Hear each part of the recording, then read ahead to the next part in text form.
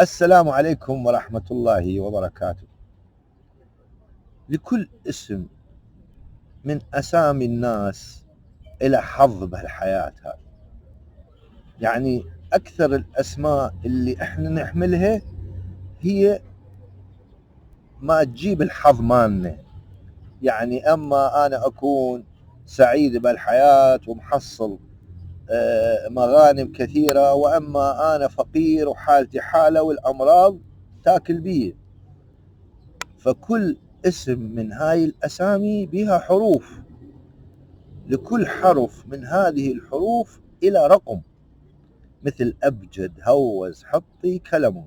فالألف 1 والباء 2 والجيم 3 والدال 4، وهكذا. فكل اسم من هذه الأسامي مالتنا إلى رقم معين.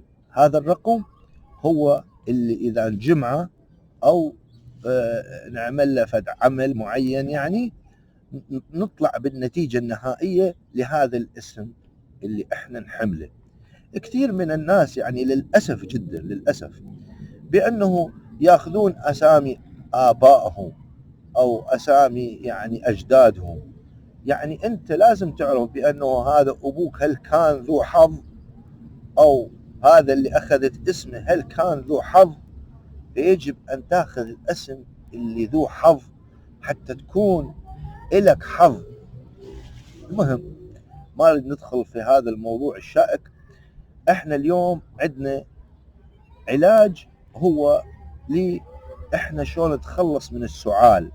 طرق بسيطة وسهلة عن طريق الألوان والأرقام. فهاي الأرقام أيضا جاءت نتيجة ما كتبناه عن الشيء اللي احنا ردناه. مثلا أنا أريد أعالج نفسي من الزكام أو من الحساسية أو من السعال الموجود عندي، أو أنا أعاني حساسية من الغبار. وهاي كثير من الناس يعانون حساسية من الغبار، من غبار الطلع، من الروائح، من الدخان، من الماء. هاي كثير كل الناس تعاني منها هاي المشكلة. فسبب لها سنيزنج، عطاس، تسبب لها مشكلة بأنه تحتقن العيون أيضا. فهاي أيضا مشكلة، وأيضا تسبب لنا السعال المزمن. كثير من الناس عندهم سعال مزمن نتيجة هذه الحساسية اللي موجودة، نتيجة ما أخذناها من الجو. راح نراويكم شلون راح نستعمل هاي الطريقة. راح نستخدم أنا عندي هذا سكتش بين كلر. طبعا هذا من أعظم الألوان الموجودة بالحياة. هذا أنا حقيقة حصلته من الهند. سكتش بين كلر بحثت عنه كثير إلى أن حصلته. هذا صار لي أكثر من 6 سنوات صدقوا عندي. حتى لو أفتح الكب ماله ما يجف أبدا، وكأنما يعني يبقى طول الحياة. يعني فشي غريب يعني. ثانيا هذا اللون لون طبيعي، يعني من الألوان النقية، يعني اللي ما تأثر على الجسم إذا خليناه، أو على الجلد إذا وضعناه. كثير من الألوان تأثر على جلدنا أو تأثر على نفسيتنا ووضعنا أيضا الحياتي.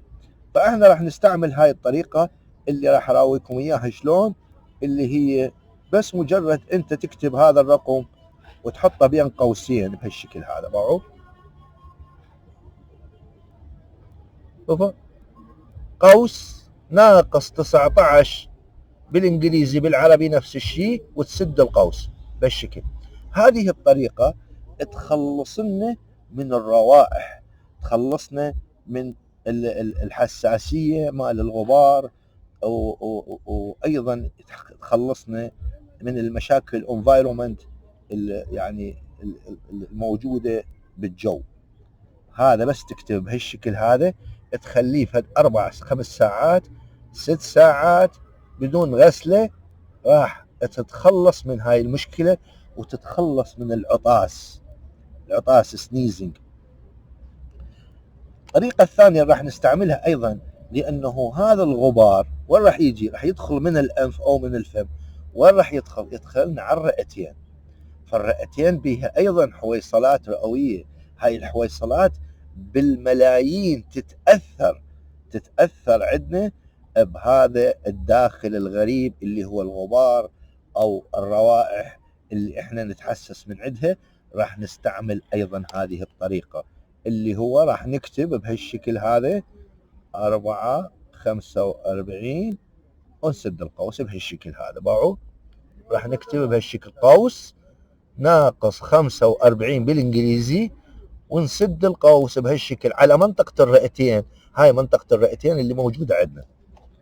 احنا اذا كتبناها بهالشكل هذا حقيقة راح نشعر بانه وضعنا تحسن. طبعا هاي الالوان لها تأثير علينا والحروف لها تأثير علينا، مثل ما قلت لكم بانه لكل اسم نصيب من حياة هذا الناس.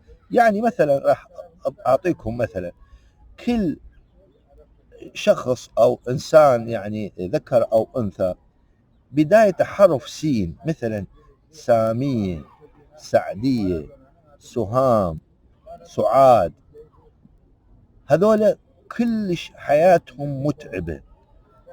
اي وحدة تسمعني خلي تسوي لي بالكومنت تكتب لي بانه انا اللي قاعد اتكلم عليها كانما انا يمها واتكلم عن حياتها متعبة المسكينة هاي.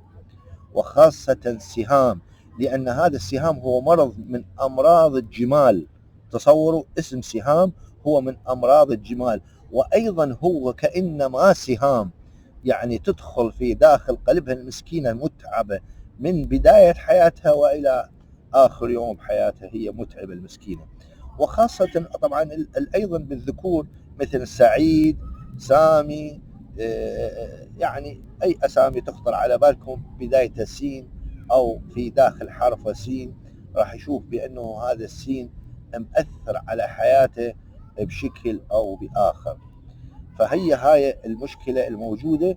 يعني احنا الحروف كل حرف له رقم، هذا الرقم هو عن طريق ابجد هوز حطي كلمون، يعني الالف باء، الالف 1 والباء 2 والجيم 3 وهكذا الى بقية الحروف الموجودة. فخلوا هذا الشكل كتبوه، لا حد يقول لي هذا سحر وهذا لا سحر ولا شيء، علم. هذا علم. هذا الفيديو لعلمك انا بالقناة مالتي اللي انسرقت هذا كان محصل اكثر من مليونين يعني مشاهد إليه. فكانوا الناس دائما يكتبوا لي رائع جدا والله تخلصنا من السعال وتخلصنا من العطاس بسرعة عجيبة. فانت ظل استعمله فترة وتركه بعدين وراح تشوف. ايضا ممكن اذا ما تحصل سكتش بين كلر او تحصل اقلام ماركر اللي موجودة متوفرة هاي، تقدر تستعمل قلم الجاف، يعني تاخذ الازرق على الاصبع الابهام وتاخذ اخضر على شو اسمه قلم اخضر وازرق راد لك فقط. شكرا لمتابعتكم قناتنا علاج في دقائق. لا تنسون الاشتراك بالقناة، تفعيل زر الجرس، مهمة هاي للقناة حتى تصعد، والا راح اترك القناة اذا بقت على هذا الحال 4 اشهر وانا بعدني ب500 واحد. فاللي قاعد اقول له السلام عليكم على الاقل يقول لي وعليكم السلام ويعطيني لايك، ما راح يخسر شيء. انا ما اريد فلوس ولا اريد من اليوتيوب فلوس ابدا، اريد انشر هذا العلم لاكثر عدد من الناس، لا اكثر ولا اقل. صدقوا او لا تصدقوا. شكرا لكم، مع السلامة.